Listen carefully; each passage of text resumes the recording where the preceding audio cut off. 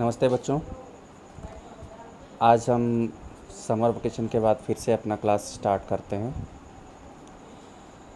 आज हम स्टार्ट करेंगे चैप्टर नंबर 5 ट्रायंगल्स। ठीक है, तो सबसे पहले ट्रायंगल्स आप सबको पता ही होगा। बहुत सारे डेफिनेशंस आप क्लास 6, 7, 8 में सीखे होंगे, लेकिन फिर से मैं एक बार इसको डिफ़ाइन करता हूँ। Triangle, a plane figure bounded by 3 line segments is called a triangle. Easily you can say it is very easy definition.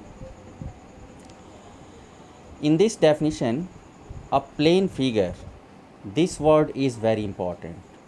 Okay, so whenever you will say this definition, you will say at first a plane figure bounded by 3 line segments is called a triangle. ठीक है, अब इसमें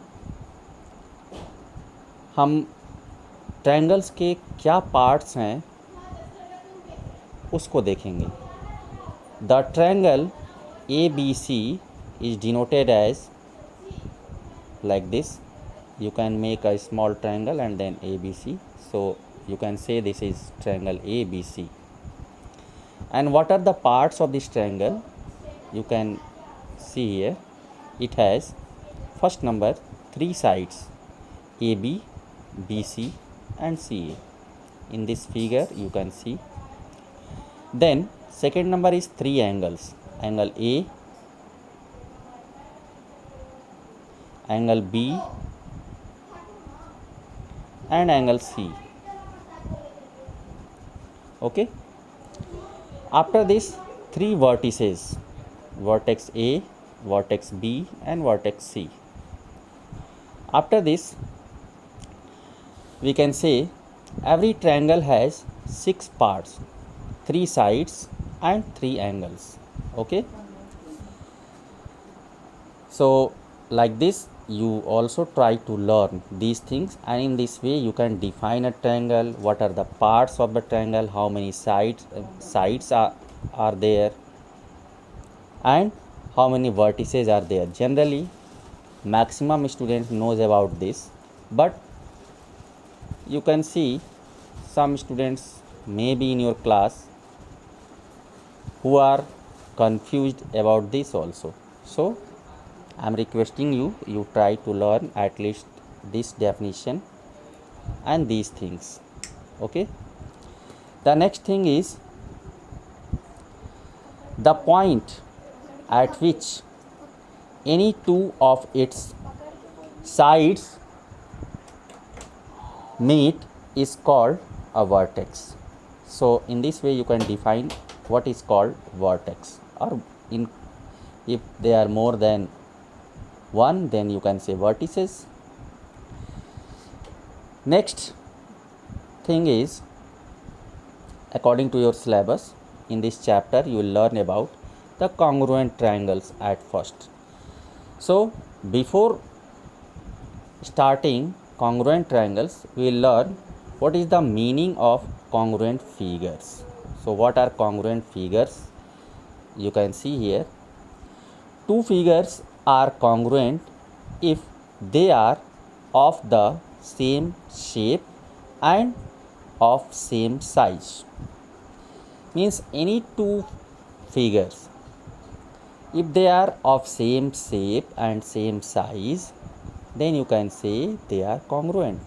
In short form you can say congruent means equal in all respect. If two figures are equal in all respect, then you can say they are congruent. Next one is, it means if one congruent figure is placed over the others, they cover each other completely. So simply you can think about this.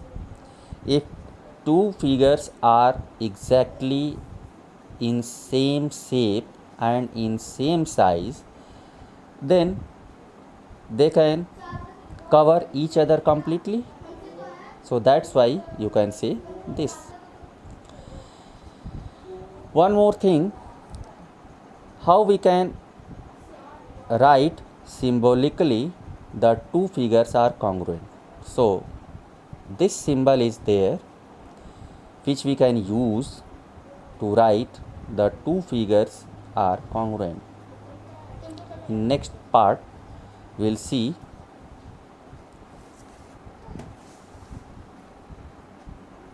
now. You see some examples of congruent figures.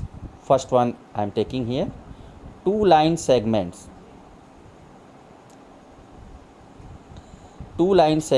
of same length, you can say congruent. Another example, two angles of same measure, you can say congruent. Just like this, two circles of same radius are congruent. So in this way you can take so many examples in which you can say they are congruent or not.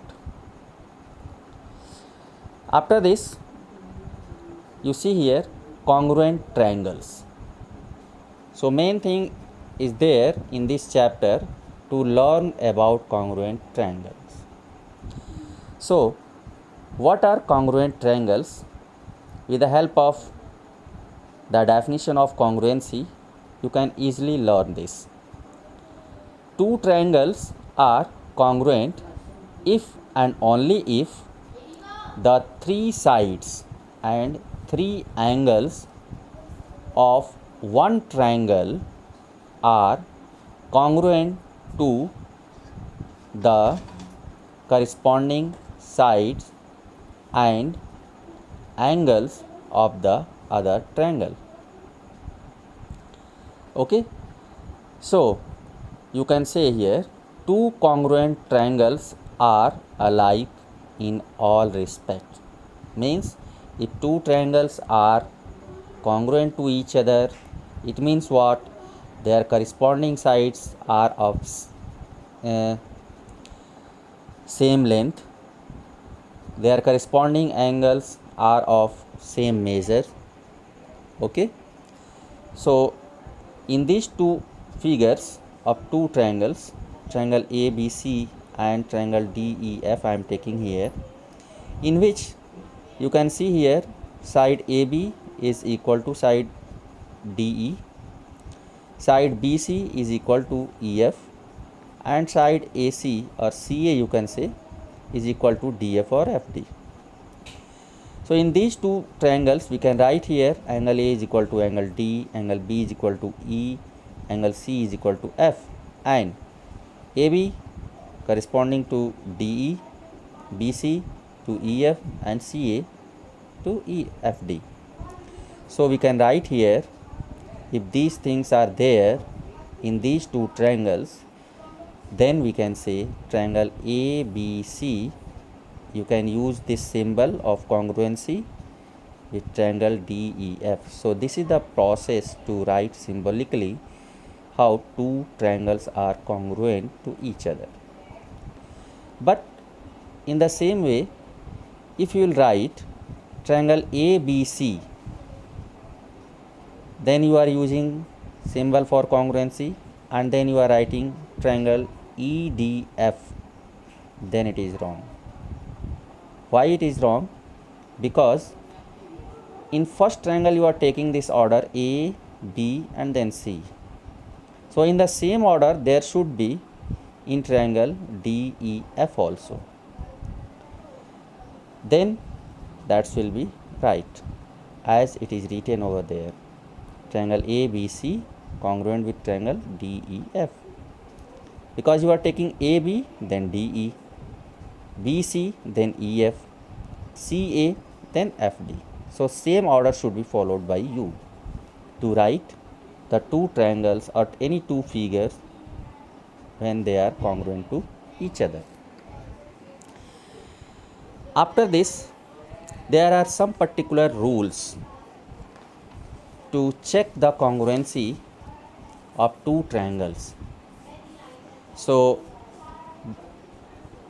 you can see here, you can say these are some criteria for congruency of two triangles, means conditions you can say for congruency of two triangles. So these are, first number, SAS rule. SAS is the short form of side, angle and side. Means if in two triangles you are getting first one side, then an angle and then another side, means this angle is in between these two sides, then you can say by SAS rule the two triangles are congruent. Next one is ASA, means angle, side and angle. Means if you are getting one of the angle, then a side related with this angle and then another angle, then by ASA rule you can say the two triangles are congruent. Just like this rule, if this is there, means third, it is the same thing, angle, angle, side, means continuously two angles you are getting and then one of the side, then also you can say by AAS rule the two triangles are congruent. So second and third criteria are very close to each other, you can say, means they are approximately equal to each other. Next one is SSS rule. SSS rule means what? Side, then side and then another side, means there are three sides in a triangle. If continuously the three sides of one of the triangle is same in measure with continuous three sides of another triangle, then those two triangles are congruent to each other by SSS rule. And the last one is RHS rule. RHS means right angle, hypotenuse and side. If you have two right triangles, then you can use this rule, means if right angle is given, hypotenuse is same and one of the side is same, then by using RHS rule you can say the two right angles are congruent to each other. Okay, so these are the rules. In detail we will discuss about these rules one by one by taking some questions based on these rules. We will discuss next day. So today you try to revise this, what we have done on page number 1, page number 2, this is page number 2, and at last page number 3.